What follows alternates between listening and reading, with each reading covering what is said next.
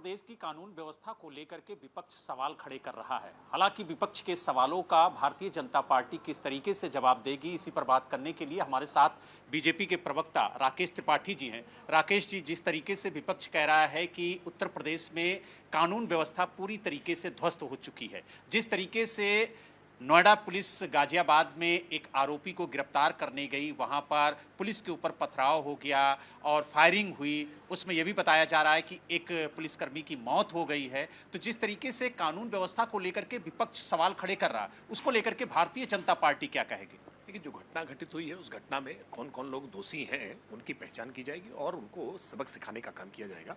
कोई कानून को हाथ में ले ले और चुनौती देने का प्रयास करे, ये स्वीकार्य नहीं हो सकता है। लॉ एंड ऑर्डर को लेकर के जीरो टॉलरेंस के आधार पर उत्तर प्रदेश की योगी आदित्यनाथ सरकार काम कर रही है। यहाँ सत्ता का संरक्षण नहीं है किसी को, और विपक्ष को बोलने का कोई नैतिक अधिकार भी नहीं है। वो विपक्ष आज आरोप लगा रहा है जिन विपक्ष ने अपने पूरे संरक्षण में इन अपराधियों को पालने पोसने का काम किया था, जिनके पर कार्रवाई करने से पहले राजनीतिक नेतृत्व के द्वारा पुलिस के हाथ बांध दिए जाते थे। आज पुलिस के हाथ पूरी तरह से खोल दिए गए हैं। किसी भी स्थिति में कहीं भी कोई अपराधी अगर अपराध कर रहा है तो उसके हाथों में हथकड़ी पहचानने की छूट, और अगर कोई पुलिस पर गोली चलाने का दुस्साहस करता है तो पुलिस को सठे साठ्यम समाचरित की नीति अपनाने की छूट आज उत्तर प्रदेश की सरकार ने दी है। हम किसी भी स्थिति में आज पुलिस का मनोबल गिरने नहीं दे सकते हैं और अपराधियों का मनोबल बढ़ने नहीं दे सकते। अगर उत्तर प्रदेश की बात की जाए तो पिछले 24 घंटे में 14 हत्याएं हुई हैं। अगर जौनपुर की बात करें तो वहां पर ट्रिपल मर्डर हुआ है।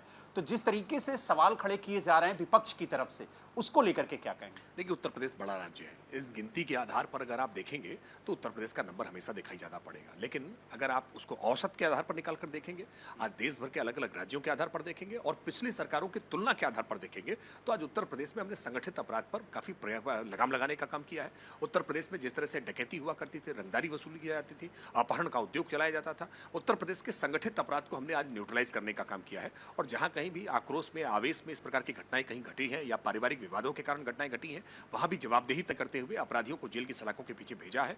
और जो अभ्यासतः अपराधी हैं, अभ्यासतः अपराधियों पर लगातार शिकंजा उत्तर प्रदेश में कसा गया है, उनकी संपत्तियों को निस्तानाबूद किया गया है, बुलडोजर की कार्रवाई की गई है। और जब जब कार्रवाइयां होती हैं तब तब विपक्ष के नेता यही आंसू बहाने का काम करते हैं, एनकाउंटर्स के बाद लगातार छाती पीटने का काम करते हैं, अपराधियों के मरने के बाद उनके घर जाकर के संवेदनाएं जताने का काम करते हैं।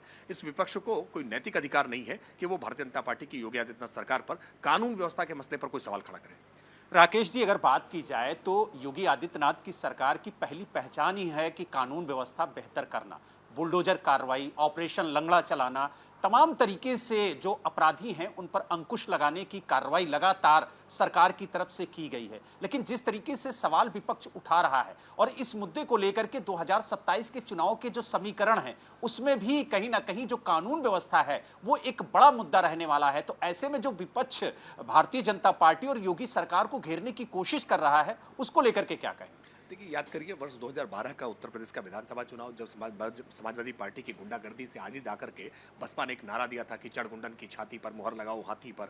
और याद करिए 2012 के बाद जब चुनाव हुआ था 2017 में, तो नारा कैसे था कि गुंडे चढ़ गए हाथी पर, मूंग दल रहे छाती पर। ये गुंडों को तो पालने पोसने का काम सपा बसपा की दोनों सरकारें करती रही हैं। इन्हीं गुंडों पर जिन्होंने पैरेलल साम्राज्य चला रखा था, आज हमने उनको मिट्टी में मिलाने का काम किया है। हमने आज गुंडों को उनके पैरों पर न खड़े हो सके ऐसी व्यवस्था बनाने का काम किया है। कानून व्यवस्था के नाम पर 2022 के चुनाव में, 2017 के चुनाव में भारतीय जनता पार्टी चुनाव जीत करके आई है। हमें पूरा भरोसा है कि जब 2027 का जब चुनाव होगा तो फिर कानून व्यवस्था हमारे लिए सबसे एक पॉजिटिव हमारा एक मुद्दा होगा, एक सबसे ज्यादा बड़ी उपलब्धि हमारी लिए होगी, क्योंकि आज उत्तर प्रदेश की आम जनता अपने आप में सुकून और चैन देख रही है। कहीं पर कोई घटनाएं घटती हैं, उन घटनाओं में त्वरित गति से कार्रवाई होती है और किसी जाति के आधार पर, मत के आधार पर, मजहब के आधार पर या पार्टी से जुड़ाव के आधार पर कोई अपराधी आज बच नहीं सकता है। तो आपने देखा, हमारे साथ भारतीय जनता पार्टी के प्रवक्ता राकेश त्रिपाठी जी थे, जिन्होंने साफ तौर से कहा कि उत्तर प्रदेश एक बड़ा राज्य है, यहां पर नंबर पर मत जाइए, सरकार और प्रशासन की कार्रवाई को देखिए और किस तरीके से अपराधियों पर अंकुश लगाया जा रहा है इसको देखिए। तो कहीं ना कहीं सरकार की तरफ से लगातार कार्रवाई की जा रही है और खास तौर से भारतीय जनता पार्टी की तरफ से यह कहा गया है कि विपक्ष का काम है सिर्फ सवाल खड़े करना। उन्होंने अपने अतीत में नहीं देखा कि जब उनकी सरकारें थी तो किस तरीके से प्रदेश में गुंडागर्दी होती थी, लेकिन जब से योगी सरकार आई है तब से गुंडागर्दी पर लगाम लगा है और बुलडोजर की कार्रवाई आज प्रदेश ही नहीं बल्कि देश में चर्चा का विषय है।